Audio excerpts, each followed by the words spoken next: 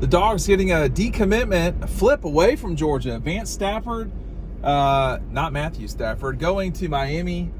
He had been committed to Georgia for some time, a wide receiver from California. I don't think this was, unseen by Georgia. I think this was something that they knew was coming. Whether they wanted to keep him or not, I'm not sure. I couldn't say, but I'll say this about Georgia's situation right now.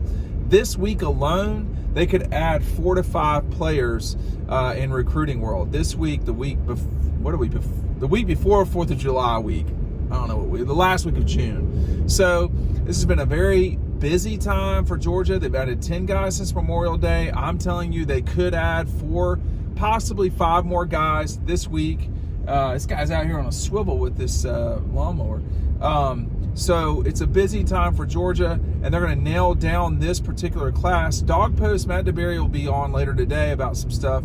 We expect there to be some additions at wide receiver that will address the flip to Miami and losing that spot, losing that player, Georgia, to the Canes. So now here they are, probably trying to nail down this group. I mean, what are the 20-ish, maybe 23 players that you're going to enter into July with as your commitment class for 2026? Remember, I've talked about this a lot.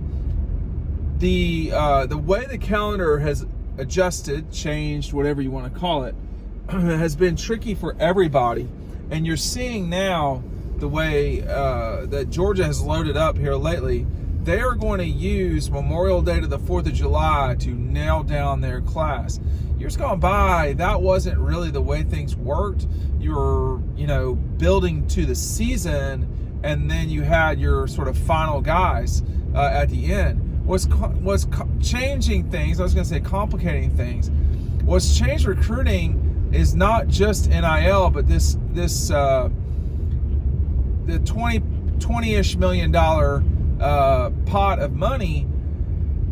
You're not going to be able, the schools are not going to be able to come in at the end and say like, oh man, our hat's going to be on the table. We have $1 million. We're going to, like, you need to know that a long time in advance. So there's not going to be these, you could see flips, but now there's going to have to be space made for flips, because you're essentially looking at,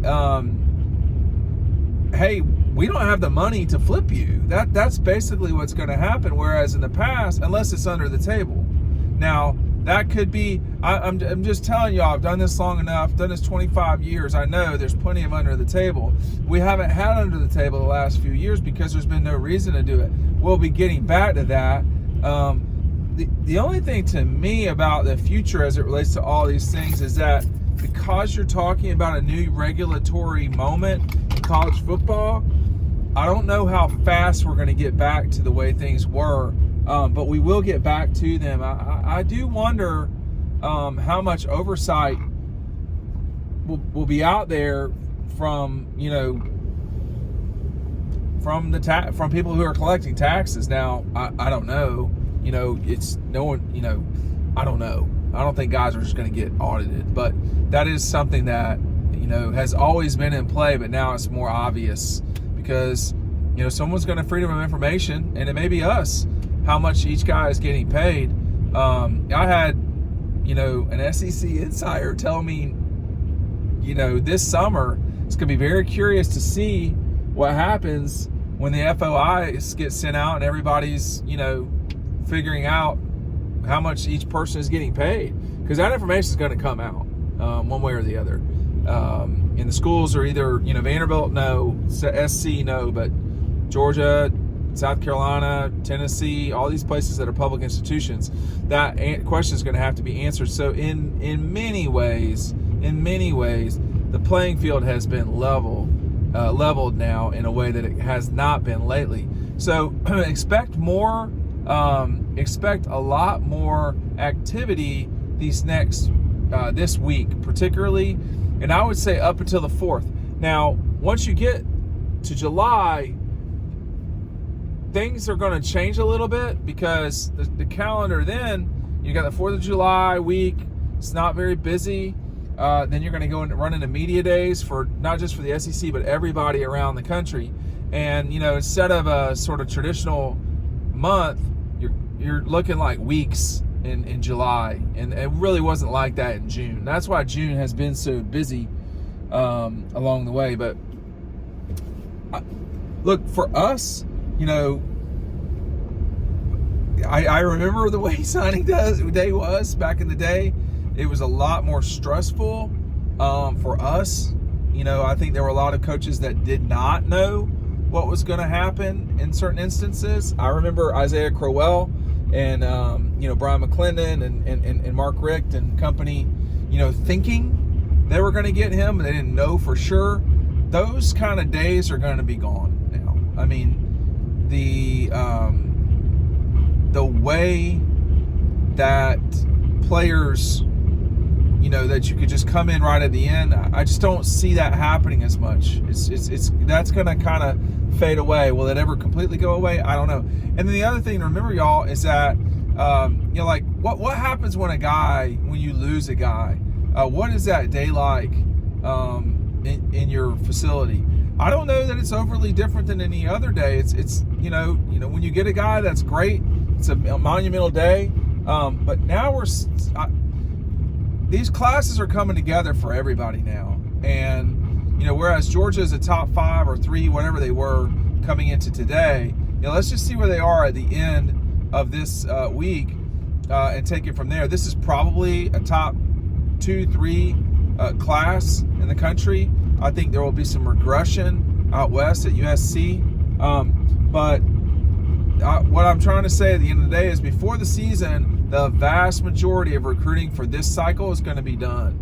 And a lot of people are going to be on to 27. But I do think this week's going to be a busy week at Georgia. And, you're talking about, the premier program in collegiate athletics as far as football is concerned. Certainly either that or one of the top 2 or 3 with Ohio State and Texas, perhaps Alabama. But you got a brand new coach there. So, it's never surprising when guys are jostling around. Miami is clearly throwing the money around, and we're at the point now where, they have made it known what they're going to be a real big challenge out there with NIL. They're trying to play the ball game. I don't think that necessarily affects Georgia. In this case, it does. I think that directly affects, Clemson, because they're in the same conference, and that makes things harder for you if you're going directly up against Miami. I mean, Clemson has never, in its time as an ACC power these last 10 years, they've really never had a direct challenger. Once Florida State went off the deep end with Jimbo, that was it for that.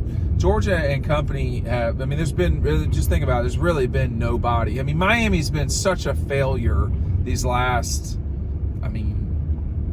failure is probably a strong word for the last 20 years, but they've been pretty rough for a while. And if Mario can get it right, they would be the team that would be hurt the most from that would be Clemson. But no doubt, it's all zero sum. If you don't sign a guy, somebody else does. And if you sign someone, then someone else doesn't get them. And we'll see what happens in the portal game. They did a great job getting Carson over there. That made a lot of sense. Miami could be better this season than people think. We'll just see. They got an excellent quarterback, that's for sure. Is he healthy or not? But, I expect this week to be very busy in Athens. It's been busy for, the last 30 days, about every 3 or so days. Georgia's gotten a commitment, and they could be getting 4 this week. It's not out of the question at all. It could be 5. But let's just see what happens with those kids. Could be, but we expect activity soon. Put it to you like that, soon. So Georgia losing a commitment from out west, wide receiver flipping from Georgia to Miami. Georgia does need to do a good job moving forward with receivers. That's been a spot that's not been great for them over time in terms of recruiting. And you need playmakers on the outside. I don't know how good Spafford was or is. but it looks like he's not going to Georgia at this point. I think we're getting to the point where you are going to see some flips too, because you very well could see some flips, but the kind of down to the wire stuff, I don't know that we're going to see that as much anymore. We haven't been, but with NIL making people make decisions quicker, and with the $20 million pot, that's a zero-sum game too. I mean, you can't overextend any one player. I mean, that 20-ish million is a hard cap.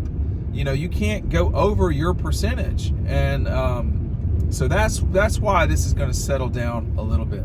Georgia will have to recover and get ready for the next day, but I don't think they're going to be recovering for very long. Stay tuned for a very busy week on Dawg Post. We'll see you on the next video. Thanks for watching.